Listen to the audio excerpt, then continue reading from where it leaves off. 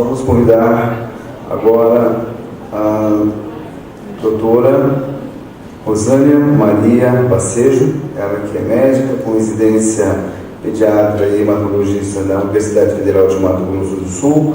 Atualmente trabalha no Hospital Regional e no Ambulatório de Hematologia Pediátrica e Centro de Tratamento Oncológico e Hematológico Infantil, do Ambulatório de Hemoglobinopatia e PED-APAI. Seja bem-vinda, doutora Rosânia. Convidar também o Dr. Marcelo dos Santos Souza, que é médico oncologista pediátrico, hematologista, especialista em transplante de medula óssea, médico-chefe do Centro de Tratamento Oncológico e Hematológico Infantil, médico do Departamento de Pediatria do HU da Universidade Federal de Mato Grosso do Sul. Seja bem-vindo, Dr. Marcelo dos Santos Souza. Bom dia a todos. Em primeiro lugar, quero agradecer a oportunidade pelo convite de poder falar um pouco para vocês sobre triagem neonatal de anemia falciforme, das hemoglobinopatias. Agradecer ao professor Mira pelo convite e toda a comissão organizadora. Bom, pelo que vocês estão acompanhando durante esse simpósio, e também o que a gente vê ali pela revista que foi publicada, as hemoglobinopatias, elas são as doenças com maior incidência das doenças genéticas na criança. E são, pelo também o que eu vi agora na revista, nós temos quase 10 mil casos diagnosticados pela triagem neonatal de hemoglobinopatias no período de setembro de 97 até dezembro de 2002. Então são muitos casos. Só da forma homozigota, ou seja, da anemia falciforme, tem em torno de 10 casos por ano. Então são muitos casos que acometem, diagnosticados aqui no nosso estado. Então, pela Organização Mundial de Saúde, estima-se que em torno de 270 milhões são pessoas portadoras do gene da hemoglobinopatia anormais, tá? E no Brasil, em torno de 10 milhões de portadores de hemoglobinopatias anormais. Nascem cerca de 3 mil pessoas homozigotas por ano, ou seja, 3 mil casos novos de anemia falciforme por ano a nível de Brasil. Portanto, as hemoglobinopatias, elas representam um problema de saúde pública em nosso país. E baseado nesses dados, desde junho de 2001, onde foi publicado na portaria do Ministério da Saúde 822, a prevenção e o controle das hemoglobinopatias. E isso incluiu a triagem neonatal das hemoglobinopatias no Programa Nacional de Triagem Neonatal através do teste do pezinho. É o teste que tem proporcionado a esse diagnóstico precoce e o início de um tratamento, quando necessário, para esses pacientes, principalmente na forma homozigota. As hemoglobinopatias, elas são mutações que ocorrem nos genes das cadeias globínicas alfa e beta da molécula da hemoglobina. Já foram detectadas mais de 1.200 mutações nessas cadeias globínicas, sendo que as mais frequentes e clinicamente mais significantes são as hemoglobinas S e hemoglobina C. É muito frequente, é muito comum a gente receber no ambulatório crianças que têm um teste positivo de hemoglobinopatia, mesmo para o traço falciforme, que é encaminhada para o especialista. Sendo que essas crianças, quando elas têm o traço falciforme ou o traço da hemoglobinopatia C, elas podem ser acompanhadas pelo pediatra geral, desde que ele tenha ciência em relação aos cuidados que deve ser feito. A hemoglobina S, a hemoglobinopatia da forma S, é uma mutação no gene da hemoglobina beta, da globina beta, onde tem uma troca do ácido glutâmico pela valina, levando a uma alteração na estrutura da hemoglobina, levando a uma polimerização e deformação, e o enrijecimento da membrana da hemácia, levando a forma de foice, Portanto, é chamada de anemia falciforme. Aqui tem uma imagem normal da hemácia, aqui uma imagem dela falsizada, devido a essa polimerização e essa deformação. É dessa forma que a gente encontra nos pacientes, principalmente na forma homozigota. E no traço falciforme, essa quantidade de células falsizadas já são bem menores. E a hemoglobinopatia C é uma mutação também no gene da globina beta, onde ocorre uma troca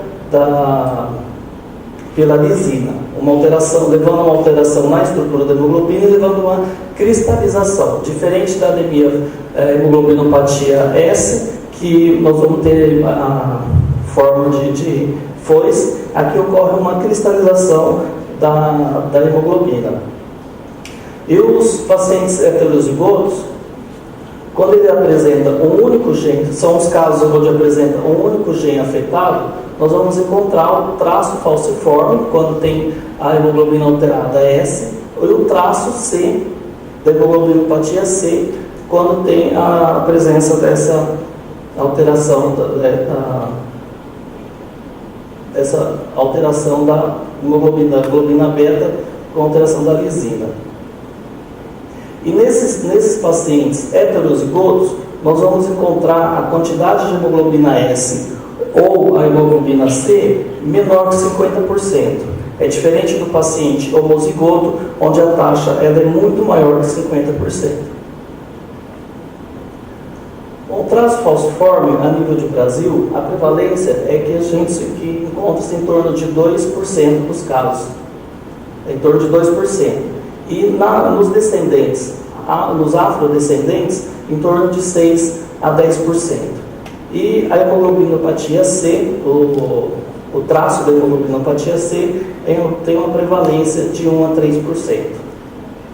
Então, os pacientes que têm o traço para hemoglobinopatia S ou C não são doentes, são pessoas assintomáticas do ponto de vista clínico.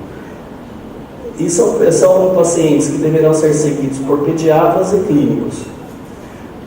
Dificilmente um paciente com traço, nós vamos encontrar algum quadro clínico de hipóxia que é o que vai levar a essa falsização. Somente em situações de extrema acidose, onde decorrente de um processo infeccioso muito grave ou decorrente de pessoas que passam muito frio. Então, isso que pode levar à falsização.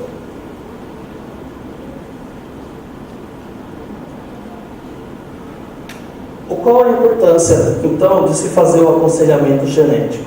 Então, a importância de um diagnóstico precoce, devido a um casamento ao acaso entre heterozigotos, podem nascer portadores de anemias hemolíticas crônicas, muitas vezes fatais na infância. Esse quadro ele é bastante característico para a gente mostrar quais são as chances de uma pessoa vir a apresentar, ter filho com anemia falciforme ou traço falciforme. Eu não sei, não estou conseguindo ver Ficou claro, né? Então, quando o paciente, os pais, eles são traço falciforme, então o pai e a mãe têm hemoglobina A e S, a chance dele ter um filho normal, com os dois com hemoglobina A, é de 25%, a chance dele ter um filho com traço falciforme, 50%, e a chance dele ter um filho com anemia falciforme na forma homozigota, 25%. Então, um dos objetivos da triagem neonatal para esses casos é poder, desde do diagnóstico no teste do pezinho, também fazer a investigação dos pais para saber se apenas o pai ou apenas a mãe tem um traço ou se os dois têm um traço e poder explicar quais são os riscos que eles têm de ter um filho com a doença falciforme. Esse gráfico, esse quadro também mostra bastante elucidativo desta forma, então mostrando o seguinte: quando o pai ou a mãe normal, da hemoglobina A, casa com algum homozigoto, né, só tem hemoglobina S, então todos os pacientes vão ser traço falciforme, não tendo risco de ter a doença. Quando ocorre o casamento entre uma pessoa que tem um traço e o outro homozigoto para a doença falciforme, então 50% dos casos, 50% de chance de ter o filho com o traço e 50% de chance de ter o filho com a anemia falciforme. Quando os dois são homozigotos, em hemoglobina S, 100% dos filhos vão nascer com anemia falciforme. Aqui é o contrário, quando a mãe é normal e o pai tem homozigoto, também 50% de ter filhos saudáveis, 50% de ter o traço falciforme. E quando os dois têm o traço, 25% de chance de ter filhos normais, 50% de ter o traço e 25% de anemia falciforme. Então, esse é um quadro mostrando as probabilidades genéticas de ter o filho acometido pela doença ou não. Bom, as doenças falciformes, como eu já disse, é a forma homozigota, pode ser tanto quando tem a presença das duas globinas S, então vai levar a anemia falciforme. Quando tem um dos pais ou a mãe tem hemoglobina S e junto com a hemoglobina C, hemoglobinopatia C, com traço da hemoglobinopatia C, vai ter a doença falciforme, hemoglobinopatia SC. Ou se essa alteração da hemoglobina, a forma D, vai ter hemoglobinopatia SD. E quando tem a alteração da hemoglobina S junto com a alteração da hemoglobina da beta, da fração beta da hemoglobina, vai ter a S-beta-talassemia. Em todos esses casos, a doença falciforme, você precisa ter maior que 50% da hemoglobina S para considerar uma doença falciforme. O mais comum que a gente encontra é o homozigoto SS. Em segundo lugar, a doença falciforme com heterozigose SC. E depois as outras formas de alterações, que são vários outros tipos de hemoglobina, depende muito da alteração genética que ele apresenta. Então, o que acarreta esses pacientes que têm a doença falciforme? Tanto sendo homozigoto ou heterozigoto para C ou para S talassemia. Então, leva a fenômenos de falcização das hemácias, fenômenos de vaso-oclusivos, levando a isquemia, dor a qualquer lugar do organismo, principalmente as dores ósseas e as dores abdominais, infarto no local onde tem essas crises de isquemia, os fenômenos vaso-oclusivos, levando até necrose em vários órgãos. O que é muito comum nas crianças com anemia falciforme ter a necrose da cabeça do fêmur. É uma situação grave e que, na maioria das vezes, o paciente às vezes precisa ir para a cirurgia para fazer essa correção. E é um tipo de doença que tem muita morbidade e mortalidade, se não estiver sendo acompanhado por um serviço de especialidade. Já no caso da doença da hemoglobina C, quando é um homozigoto para hemoglobina C, o quadro clínico mais característico que se apresenta é a hemólise crônica, são pacientes bastante ictéricos, e a presença de hepatoesplenomegalia.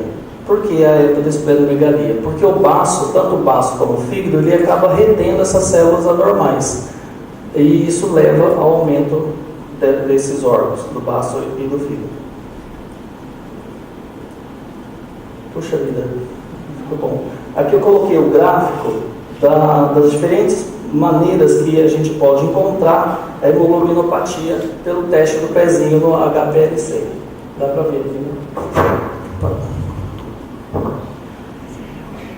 Esse primeiro gráfico mostra o traço falciforme, onde você tem a hemoglobina S. Não estou conseguindo ver direito. É a S e a A. E essa aqui é a A. E Aqui, o gráfico maior são as hemoglobinas fetais, tá? Depois tem a hemoglobina A, que eu acho que aqui nem apresenta a hemoglobina S, né? Depois, esse outro gráfico, aqui é o paciente normal. O segundo gráfico, o paciente tem hemoglobina A e hemoglobina S, sendo aqui o traço falciforme. Esse aqui, onde o paciente ele tem hemoglobina S, hemoglobina fetal, praticamente inexistente hemoglobina A, é o paciente homozigoto para a doença falciforme. E aqui é um caso mostrando a hemoglobinopatia SC, então alto nível de hemoglobina S e de hemoglobina C, não tem hemoglobina A. Então, essa análise, primeiro quem recebe esse resultado de exame é o pediatra. Então ele precisa saber decifrar esses gráficos e para saber se esse paciente tem um traço falciforme ou não, se ele tem a forma homozigota e para poder encaminhar para o especialista. Quando tem a forma heterozigota do traço falciforme, então aqui é importante que o próprio pediatra faça esse acolhimento da família, explique para a família dos riscos que eles têm de ter um filho homozigoto, caso o pai e a mãe tenham um traço falciforme. E então, até os 6 meses de vida da criança, é importante, ou melhor, aos 6 meses de vida da criança, é importante que se faça repita esse exame da eletrolese de hemoglobina para confirmar esse quadro. Por que aos 6 meses? Porque é o período que leva para que a hemoglobina fetal, a taxa de hemoglobina fetal, ela caia e ocorra uma inversão, o aumento da hemoglobina A e a diminuição da hemoglobina fetal. E aí nós vamos ter uma evidência muito maior em relação se o paciente ele é traço falciforme ou se ele é da forma homozigota. O que nesse exame ao nascimento nós conseguimos detectar o traço falciforme ou traço para hemoglobinopatia C, aqui a gente não consegue detectar o paciente que é portador da talassemia. Somente após os 6 meses de idade é que nós vamos conseguir fazer esse diagnóstico. Esse gráfico, tanto pelo HPLC, mostra o paciente com traço falciforme, com hemoglobina A e hemoglobina S. Veja aqui que a porcentagem é muito pequena, onde prevalece ao nascimento a hemoglobina fetal. Tá? E aqui a eletrolese de hemoglobina, são 2 exames complementares, onde mostra a corrida da hemoglobina A, que é normal, a hemoglobina fetal, que tem maior intensidade, e a hemoglobina S, menor quantidade. Bom, outro tipo de hemoglobinopatia bastante frequente no nosso meio é a alfa-talassemia. A alfa-talassemia é presente quando a gente encontra a hemoglobina de Bartz ou a hemoglobina H. Então, os indivíduos normais têm 4 genes da cadeia alfa da hemoglobina e quando ocorre uma deleção de 1, 2, 3 ou dos 4 genes genes alfa, ele vai apresentar a talassemia alfa. O portador silencioso da talassemia, ele é assintomático, apresentando alterações mínimas laboratoriais, ou às vezes ausente, e a presença da hemoglobina de Bartz em torno de 2 a 5% ao nascimento, devido à perda de apenas um gene alfa. Quando tem a perda de 2 genes alfa, o paciente vai apresentar uma anemia leve, em torno de 11 a 13, microcitose e presença de hemoglobina de Bartz em torno de 5 a 10%. É muito comum a gente receber no consultório aquela criança que tem uma taxa de hemoglobina em torno de 10, em torno de 10,5 e apresenta uma microcitose e hipocromia. O pediatra já investigou, fez toda a investigação para ver se isso pode ser uma deficiência de ferro, que é o mais comum, que também cursa dessa forma, e faz a dosagem de ferritina, investiga se está tendo perdas através do exame de urina, exame de fezes, e não encontra nada. A taxa de ferro está normal, a eletroforese normal, a eletroforese de hemoglobina ela se apresenta normal, mas o paciente persiste ainda com uma microcitose e uma hipocromia. Na grande maioria das vezes é devido à alfa-talassemia, que no exame comum a gente não consegue detectar. Isso precisa ser feito por um exame de biologia molecular. Quando o paciente tem deleção de 3 genes alfa, ele tem a doença da hemoglobina H. Então são pacientes portadores dessa forma, onde tem a alteração de 25 a 50% da hemoglobina de Bartz já ao nascimento. E durante a sua vida, ele apresenta de 5 a 30% de hemoglobina H. E aí, clinicamente, ele vai apresentar taxa de hemoglobina entre 8 e 11, a microcitose e hipocromia, icterícia e esplenomegalia. Quando o paciente tem a deleção dos 4 genes alfas, é quando ele apresenta ao nascimento a hidrópsia fetal, que é incompatível com a vida. Portanto, a alfa-talassemia, no Brasil, existe em torno de 10 a 20% do portador silencioso, o traço alfa-talassêmico em torno de 1 a 3% e nos afrodescendentes de 20 a 25% dos casos. Já a beta-talassemia também são crianças que apresentam a alteração da globina e ao nascimento ele apresenta apenas a hemoglobina fetal no teste de triagem neonatal. Nós não vamos encontrar nenhuma porcentagem de hemoglobina A, nem outro tipo de hemoglobina, nenhum outro tipo de hemoglobina. Então ele só vai apresentar a hemoglobina fetal pelo exame do teste do pezinho, tanto HPLC como eletroforese. Então eles podem ser crianças normais que não apresentam ainda hemoglobina H devido à prematuridade.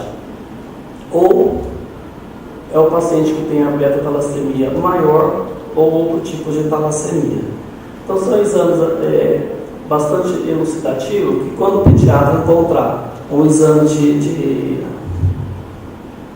eletroforese ou da HPLC e só tiver hemoglobina fetal, é um paciente que precisa ser acompanhado periodicamente e até os 6 meses de vida repetir esse exame para fazer o diagnóstico tanto da beta-talassemia ou se ele começou a apresentar produção da hemoglobina A normal. Então essas crianças precisam ser analisadas novamente para esclarecer o diagnóstico. A beta-talassemia menor ou intermédia já é possível, também não é possível ser identificada na triagem neonatal e também o diagnóstico é feito aos 6 meses, através da eletroforese. Esse quadro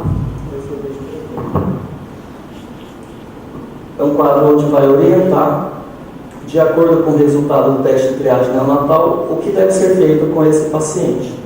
Se ele tem o traço falciforme, é necessário que se faça o aconselhamento genético e o acompanhamento continua com o pediatra. Se tem o traço para hemoglobinopatia C, também é necessário que se faça o aconselhamento genético na família e o acompanhamento dessa criança também pelo pediatra.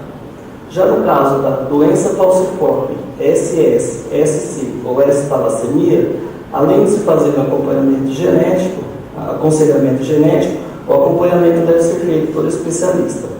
E também, nesse caso, o próprio pediatra já pode iniciar a profilaxia infecciosa dessa criança, dando o antibiótico, o PNV oral, na dose de 125 mg a cada 12 horas. Esses pacientes eles tomam direto essa medicação para evitar as crises, os quadros infecciosos.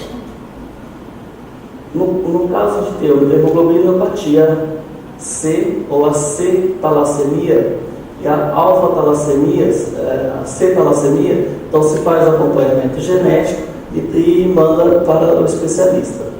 No caso da alfa-talassemia, se o paciente é um portador silencioso, além do aconselhamento genético, ele continua também o acompanhamento com o próprio pediatra. No traço da alfa-talassemia, também se faz o aconselhamento genético e o acompanhamento com o pediatra. E na doença da hemoglobina H, além do aconselhamento genético, se faz o acompanhamento especializado. Portanto, o que a gente pode concluir? Que as hemoglobinopatias são alterações genéticas com alta frequência na população e representam um problema de saúde pública em nosso país. A importância do programa de triagem neonatal ela é indiscutível e a correta interpretação do teste do pezinho é fundamental para o diagnóstico e orientação inicial do paciente. E o diagnóstico precoce e o tratamento adequado reduzem expressivamente a morbidade e a mortalidade desses pacientes. Era isso que eu tinha para apresentar para vocês. Obrigado.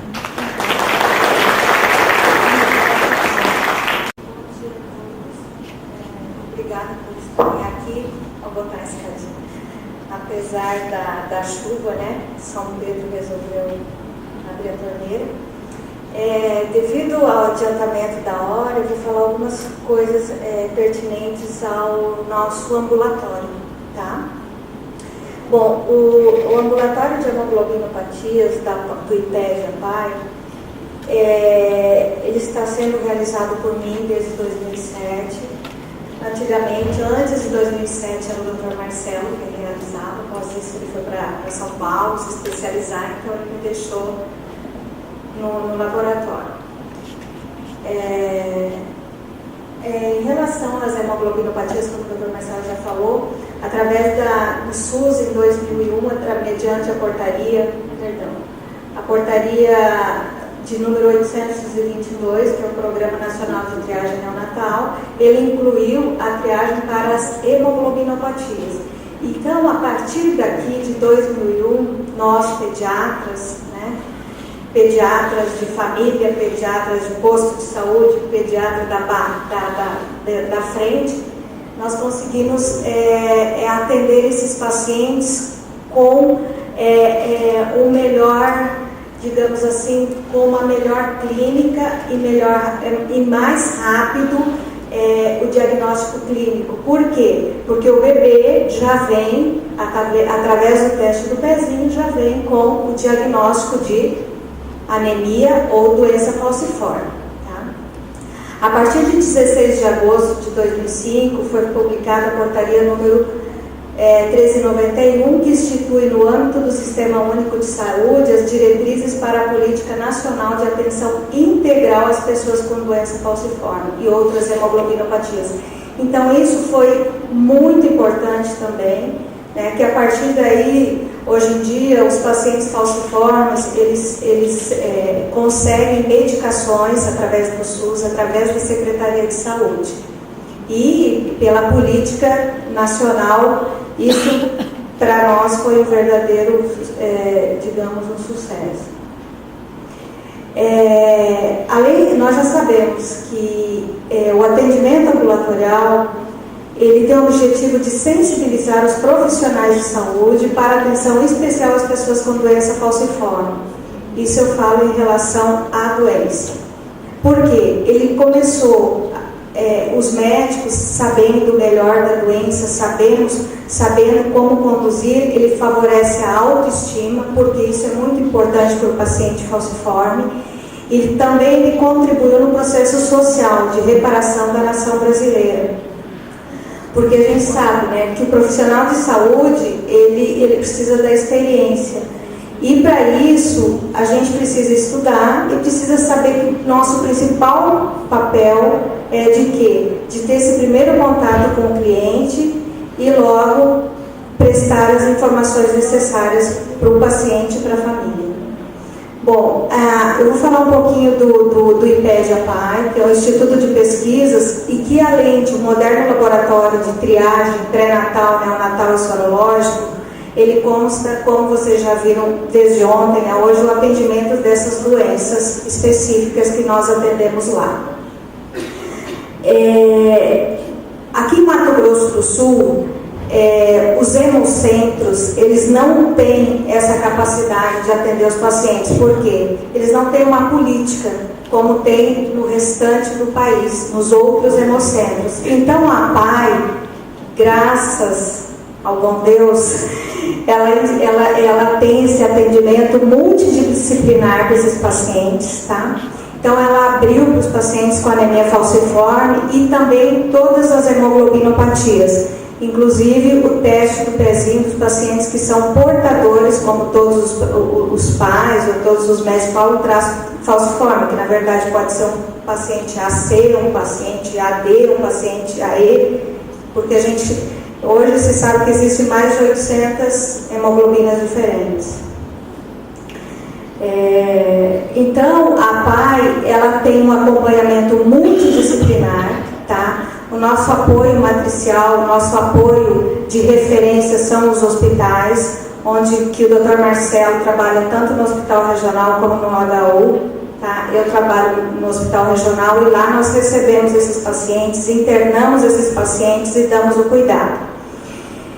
Porque a APAI não tem hospital, então não tem como internar esses pacientes, então a gente tem esse meio. O outro serviço importante que nós temos encaminhado nossos pacientes são para o Centrinho, que é o hospital universitário que dá o tratamento odontológico. Então a gente, quando precisa, chama a doutora Fátima, a professora vai lá e atende nossos pacientes. Bom, então, voltando aqui, né, o atendimento ambulatorial é junto ao IPED-APAI, a gente está tanto das doenças, como o Dr. Marcelo já explicou, SS, SC, S-beta talassemia, e também os traços, como comumente a gente fala. Quais os objetivos desse nosso tratamento ambulatorial, o atendimento ambulatorial, perdão? É um diagnóstico preciso, tá? Precoce, porque o teste do pezinho já vai me dizer se o paciente tem uma doença ou tem um traço, já é explicado para a família, já é explicado para os pais, porque os pais chegam sempre às vezes com o pacientinho que não tem somente o traço, chega pensando que ele tem nefropatia crônica. Tem um paciente nosso que acompanha com o Dr. Joel que tem uma nefropatia crônica ali no HU, priaprismo, a necrose vascular, tá? E a retinopatia e a úlcera é mais em adultos. Isso aqui é um estudo realizado, mas eu queria só mostrar os sintomas clínicos, que eu vejo que tem pessoas da saúde que trabalham aqui que às vezes vê esses pacientinhos, tá? Bem rapidinho. Então, a dactilite, a síndrome da mão e pé, é a dor, o edema, manifestação clínica característica, ocorre geralmente a menores de 2 a 3 anos, principalmente até essa idade, né? Os pequenininhos, às vezes, é a primeira manifestação clínica. E a prevenção é aquecimento, hidratação, anti-inflamatório, e às vezes é tão importante que a gente tem que fazer morfina. Então, está aqui a inflamação da mãozinha. A mãe fala assim, já teve caso, quando eu era residente, que chegou o pacientinho, o neném quebrou a mão. Aí você vai lá, faz raio-x, não tem lesão do ossinho, nada. Aí começa a fazer história familiar, cadê o teste do pezinho? Nessa época eu já tinha o Dr. Marcelo que pegava no pé. Cadê o teste do pezinho? A gente olhava e era o edema da mãozinha, né? Era falciforme. Então, tá aqui, né? Então, a gente vê isso, os pacientinhos choram de dor, né? Dificuldade para escrever, né? As crises dolorosas que ocorrem nessas regiões, principalmente abdômen, tórax, né? Ossos, as dores nos membros, que tem um paciente que caracterizava essa dor, que ele referia assim, um pacientinho nosso, que falava que essa dor era como se um carro passasse em cima das pernas dele, né? E pacientes que você tem que entrar com morfina e ver contínua, porque o paciente não para de chorar. E até lá no Rosa a gente tem o ambulatório da dor, que é o Dr. Maruan, que ele é anestesista. Ele ajuda a gente bastante com esses pacientes, acompanha no ambulatório dele, né? ele passa quando a gente não dá conta da medicação, ele vem, avalia na enfermaria e dá todo o suporte e ajuda para nós, tá? Bom, as crises dolorosas, o infarto, outra coisa frequente que nos pacientes maiorzinhos, a necrose séptica de cabeça, né, de fêmur, onde o paciente fica com alteração e tem pacientes que no futuro tem que colocar prótese. Bom, a sequência esplênico agudo, o que acontece? O paciente chega no posto de saúde ou no hospital, ele chega com muita dor. Além dessa dor, ele vai ter uma anemia importante, tá? Você vai ver anemia importante, aumento do baço, se coleta um hemograma, você vê a alteração, e se ele já tem o diagnóstico, ele já tem o teste do pezinho, você já sabe, então a gente atua rapidamente, porque esse paciente pode morrer, tá? Por hipovolemia. Aqui uma coisa importante que nós fazemos no ambulatório é ensinar a mãe a palpar o baço da criança, a palpar o fígado, principalmente o baço. Por quê? Mãezinha, o paciente começou a fazer febre, é um sinal de alerta. Paciente com anemia falciforme, menor de 3 anos, até eu falo para as mães 5 anos, mas estatisticamente eu falo 5 para assustar mesmo. Menor de 3 anos, começou com febre, leva para o hospital. Leva para o pronto atendimento. Essa criança tem que ser avaliada e ver a necessidade de internação, porque pode morrer de choque séptico. Já teve um caso de uma pacientinha de 6 meses, que era filha de uma técnica de enfermagem, de uma cidade do interior daqui, que a menininha teve avaliada, mandei laudo, mandei tudo, chegou lá, o médico não quis internar, isso de tarde. Ela me liga à noite dizendo que a menina foi internada de urgência e foi a óbito. Então, é uma coisa assim. Então, ensino a palpar o baço, ensino a ver os sinais de alerta. Isso é muito importante. Síndrome, bom, acho que é isso, né? Porque eu posso continuar, ou já está no horário. Então, o que é importante? Infecção nesses pacientes. Primeira coisa, profilaxia, o acompanhamento.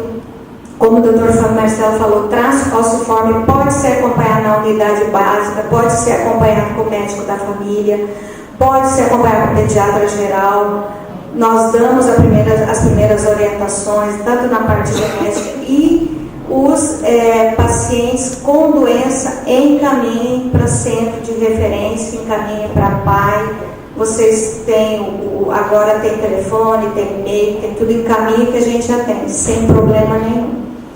Certo? Eu acho que mais é isso que eu tenho para falar. E eu vou deixar a palavra ao doutor Lira. Eu agradeço as pessoas que trabalham com a gente lá no IPED APAI, que são assim turmas extremamente educadas, diferente de mim, como eu brinco, né, Caju? E eu acho assim um acolhimento muito bacana.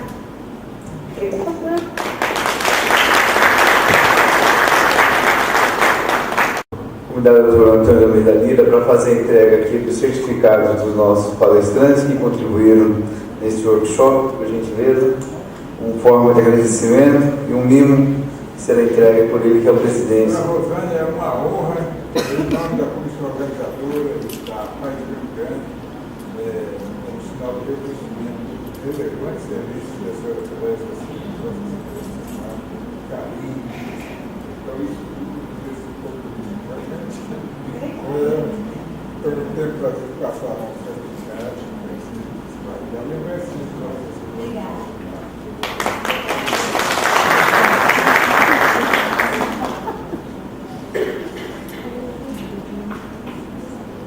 Doutor Marcelo também, prazer, satisfação. O profissional já trabalha com 40 anos grande, eu sempre digo, a pessoa entra para a paz e não sai mais. Saiu entre aspas, né? Na hora que a gente chama, ele está lá. A gente agora mesmo agradeço a colaboração de todos, o esclarecimento, o conhecimento, que vai ser extremamente importante para todos. Então, em nome da comissão organizadora, é hora de passar o certificado.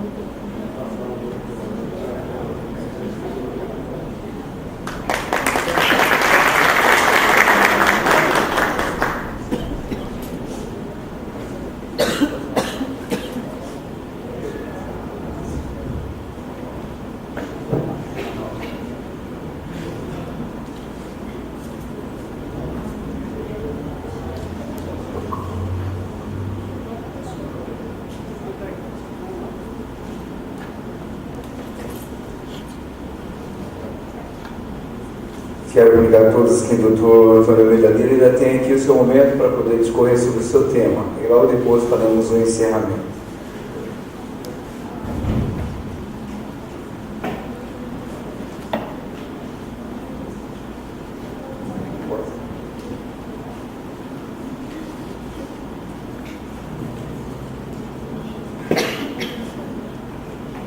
Bom, pessoal, a nossa apresentação deveria ter sido feita amanhã, ontem cedo, mas por motivo da chuva, do atraso, mas dizem que os primeiros serão os últimos, né? E os últimos serão os primeiros. Serei rápido, até porque eu costumo dizer que aprendi na década de 60 que qualquer palestra, conferência, aula tem que ser com uma mini saia, né?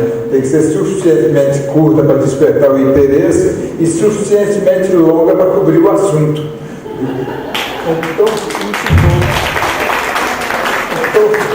só uma recapitulação rápida, né? Esse é o Arjo Follig, né, que em 1934 provou que a urina fétida de dois irmãos com portadores de deficiência intelectual grave, o odor fétido era devido ao ácido fenilpirúvico, que é um metabólito alternativo da fenilcetonúria. Né? Em 1967, o Robert Guthrie desenvolveu a metodologia do teste do pezinho. Também isso já foi falado e repetido aqui. Esse é o pai do teste do pezinho. Daí ele fazendo o teste do pezinho com a metodologia da época. Ele era microbiologista, né, médico e microbiologista, pela inibição de uma colônia de bactérias, Bacillus subtilis. Muito bem. Então, em 10 de junho de 1967, é fundada a PAI de Campo Grande. Em 1968, a Organização Mundial de Saúde recomendou a utilização do teste do pezinho como uma medida preventiva. Né? Em 1976, foi introduzido no Brasil pelo Benjamin Schmidt. Então, essas três figuras nós não podemos esquecer: Follig, Guthrie e Dr. Benjamin Schmidt, que foi pioneiro também aqui no Brasil. E 1º de janeiro de 1998, voltando aqui, né? 10 de junho de 1967, fundada a PAI de Campo Grande, recomendação da Organização de Saúde, depois introduzido no Brasil, e aqui 4 de outubro.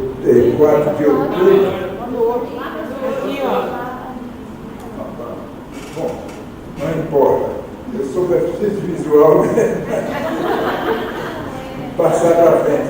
Aqui em 1998 é adicionado a triagem para 17-OH progesterona. Você vê bem. Agora, em 2013, é que isso vai entrar na fase 4 em alguns estados. Nós já pedimos, Minas Gerais também, essa 17-OH progesterona, a hiperplasia. Desde 98 nós já fazemos a triagem dela por conta de legislação municipal, né?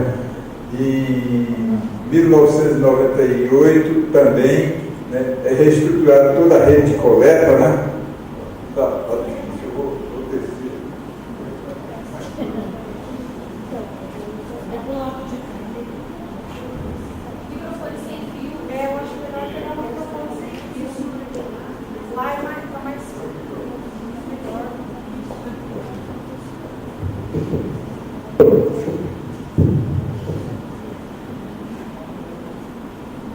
Em 13 de janeiro de 2000, a triagem da hemoglobinopatia foi estendida a todo o estado do Mato Grosso do Sul. Aliás, antes, né? Aqui já pulou. 5 de junho de 98, então a rede de coleta é reestruturada. De março de 99 é implementada a triagem para hemoglobinopatia do município de Campo Grande, né? E já em 2000 a triagem é estendida a todo o estado do Mato Grosso do Sul, também por conta de legislação estadual, né? 6 de fevereiro de 2001, as triagens para hiperplasia e toxoplasmose também são estendidas, além de Campo Grande, para todo o estado do Mato Grosso do Sul. E em 2001, junho de 2001, a portaria 822, que disciplinou a triagem neonatal. Isso já foi visto várias vezes também. Em 6 de novembro de 2002 é instituída a triagem pré-natal abrangendo 16 exames. Isso aqui foi um marco na história também do Brasil. Por quê? Foi um pioneirismo nosso, né? Quer dizer, em 2002 nós instituímos a triagem pré-natal lá, com a mesma formatação do teste do pezinho, né? Sangue seco e papel filtro, criando 13 patologias na primeira fase. O que é a primeira fase? É tão logo a mulher engravida, né? Entrou na gravidez, ela vai em qualquer posto de saúde e coleta o ano. Depois é repetido 3 exames na 28ª semana de gestação, por conta do período que nós chamamos de janela imunológica. Então é feita a triagem 3 patologias, HIV, toxoplasmose e sífilis, né? E em 14 de dezembro de 2012 é editada a portaria 2029 que institui a fase 4. Esse aqui, somente do dezembro do ano passado, agora recentemente, que o Ministério instituiu essa fase 4 que prevê a biotinidase e a hiperplasia adrenal. Então, nós já solicitamos, já está com a Ministério da Saúde, e nós aguardamos para perto. Esse quadro, vocês já viram, que foi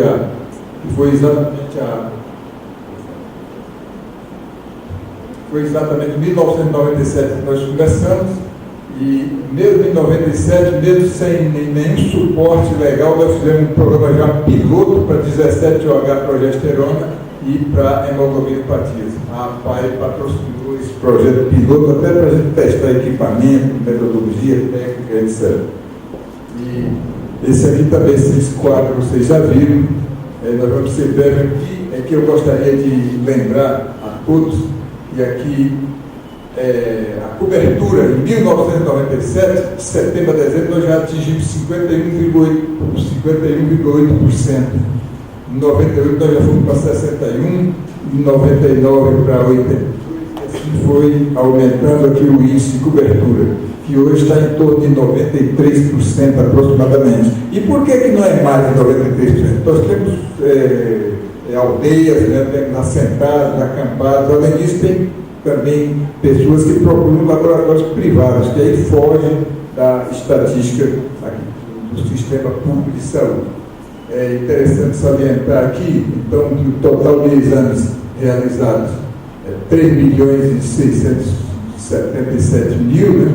Total de exames alterados 35.000, total realizado 3.700.000. Desses alterados também, aqui eu gostaria de chamar a atenção, hipotireoidismo congênito, quer dizer, confirmado, sempre nesse período, né, de 97 a 2012, 149, hiperplasia 54, você vê, são 54 vidas aí. E os outros estados que não fazem a triagem para isso? Vocês viram a apresentação de hiperplasia aí, as complicações que ocorrem do lado físico e psicológico da criança e da família, etc. Fibrose cística 74, toxoplasmose congênita. Esse é outro dado interessante. Nós somos o único estado do Brasil que faz essa triagem da toxoplasmose, que é uma infecciosa, não é um erinato, mas que traz complicações, todo mundo sabe, para o lado de cororetinite, hidrocefalia, e calcificações cerebrais, que é o pior, pode dar retardo e complicações e tudo. Então, vejo bem que é a que deu maior prevalência, né, de todas as doenças, desde o hipotireoidismo, passando por hiperplasia, fibrose cística, fenilcetonúria, tivemos 18 casos confirmados, anemia falciforme, quer dizer, a forma FS, né, 48, e os traços 6.129 e outras hemoglobinopatias, incluindo aí as talassemias, 3.264. A conclusão que nós fazemos é que nós achamos o seguinte, que qualquer coisa que se faça para salvar uma vida, nós achamos que é extremamente importante. Quando é um filho nosso, não importa se a prevalência é 1 para 20 mil, 1 para 100 mil, 1 para 200 mil. Então, o que a gente quer para a gente deve querer também para os outros. E nós gostaríamos, então, de finalizar dizendo que, pedindo o cerimonial convite o pessoal para a gente fazer o nosso encerramento.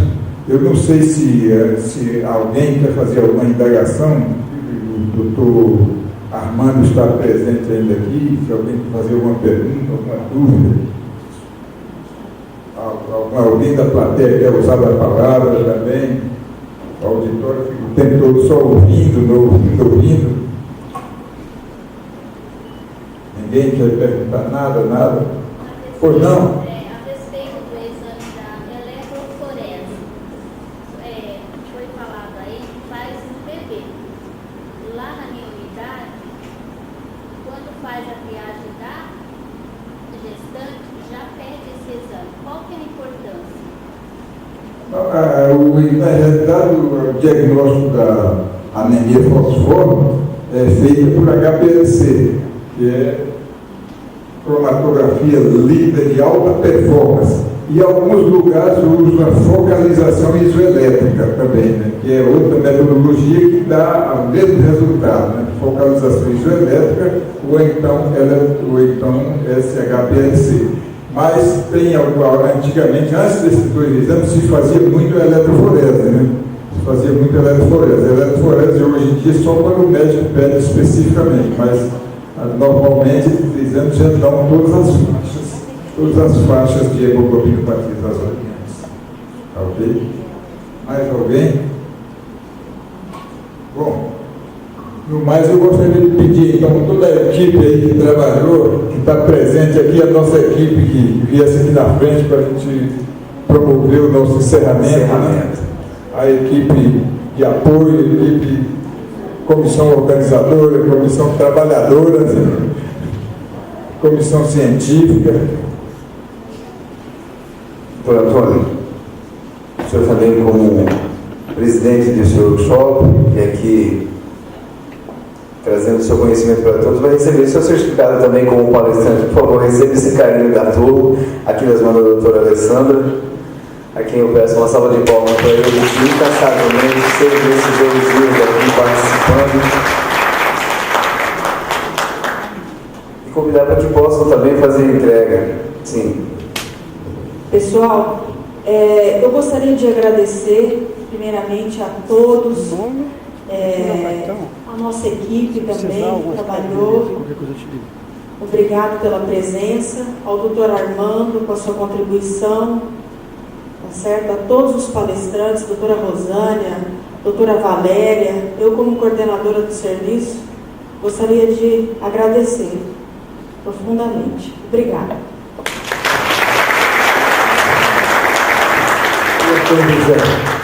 Vamos convidá-lo para receber também o seu certificado. O senhor Otão Pereira de Almeida, por gentileza, para receber também o seu certificado. Um pouquinho de paciência, pessoal. O Antônio José dos Santos Neto é o presidente da Associação de Pais e Amigos Excepcionais de Campo Grande. É a maior autoridade aqui. Então é com prazer imenso que nós passamos a ele também um certificado aqui de participação aqui no nosso evento.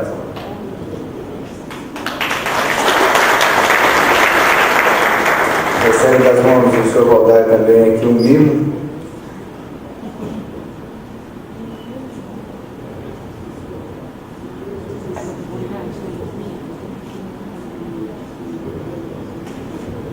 Vamos convidar a equipe aqui, todos aqui à frente, por gentileza, fazemos isso. Dessa forma, queremos agradecer, por favor, equipe, por favor, todos.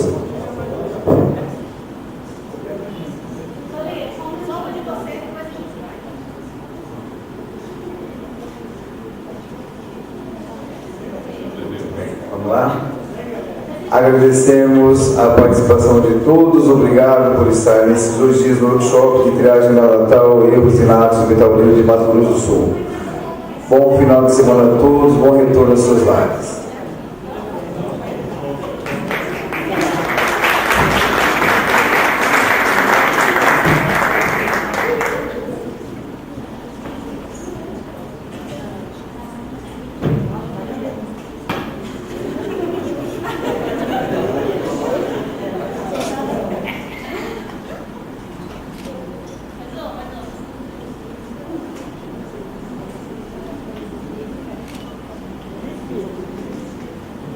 Muito obrigado, então.